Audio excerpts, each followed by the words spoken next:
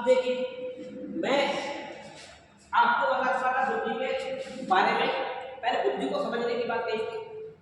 अब बुद्धि में क्या असेसमेंट आपका निकल के आता है, क्या इसके इंपॉर्टेंट पार्ट्स थे, क्या कैसे आप बुद्धि को समझ सकते हो, उसके बारे में मैंने आपको एक्सप्लेन किया। लेकिन अब आपको बताना चाहता हूं सन 1895 में यानी कि 1895 में हार्वर्ड स्पेंसर ने बुद्धि शब्द का प्रयोग किया। तो ये हार्वर्ड स्पेंसर तो क्या है कि वो क्या कह रहे हैं कि बुद्धि को प्रयोग कर। अब हर समय तुम्हारे पास बुद्धि, अब ऐसे एक लिंक बनाने की कोशिश करना कि बुद्धि कितने की, बुद्धि के बारे में बात करते हैं। बुद्धि हर समय तुम्हारे पास, तो हार्वर्ड स्पेंसर, तो इन्होंने बुद्धि शब्द का प्रयोग किया। लेकिन बोरिंग की डेफिनेशन बहुत एक इंपॉर्टेंट थी। बोरिंग ने क्या कहा कि बुद्धि परीक्षण जो नापता है, एक हमारे पास बुद्धि को नापने के लिए एक परीक्षण बना होता है, तो बुद्धि परीक्षण से द्वारा हम बुद्धि नापने की कोशिश करते हैं। वो जो नापता है तो वही बुद्धि है, इनका कहना है। लेकिन एक और वुडवर्थ है, वुडवर्थ, इनकी भी एक डेफिनेशन बहुत छोटी सी मैंने डेफिनेशन दी है जो आप आसानी से देख सकते हैं। बहुत छोटी छोटी दो डेफिनेशन। पहली डेफिनेशन आपने देखी बोरिंग, दूसरी डेफिनेशन है वुडवर्थ। ये कह रहे हैं बुद्धि कार्य करने की एक विधि है।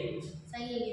अगर कुछ कार्य करोगे तभी तो वो बुद्धि के साथ कर पाओगे, और अगर जैसे बुद्धि नहीं है आपके पास कुछ करने की तो आप नहीं कर पाओगे, चाहे वो पढ़ने का कार्य हो या साइकिल चलाने का कार्य। बुद्धि का प्रयोग करोगे तब तो पाएगा। यस, हाँ, बुद्धि का प्रयोग करोगे कोई चीज करने के लिए या पढ़ने के लिए, तभी तो पता चलेगा। तो बुद्धि का प्रयोग करना, तो ये वुडवर्थ कहते हैं। ठीक। अब जो बुद्धि जो नापता परीक्षण, वो उसकी बात, ये दो परिभाषाएं आपकी हो गई।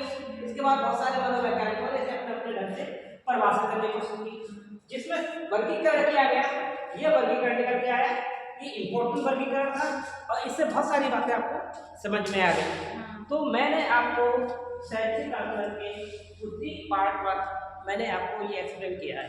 तो मैं समझता हूँ कोई प्रॉब्लम तो नहीं आई होगी। नहीं सर। अच्छी तरीके से समझ में आया। Yes sir. तो ऐसी ही पढ़ाई रोज करोगे यस सर। तो अच्छा लगेगा। छत्रपति साहू जी महाराज विश्वविद्यालय का हमको नाम रोशन करना है, रामनिवास महाविद्यालय का भी नाम रोशन करना है। तो बने रहो डॉक्टर त्रिपाठी सर के साथ। Good luck. Thank you.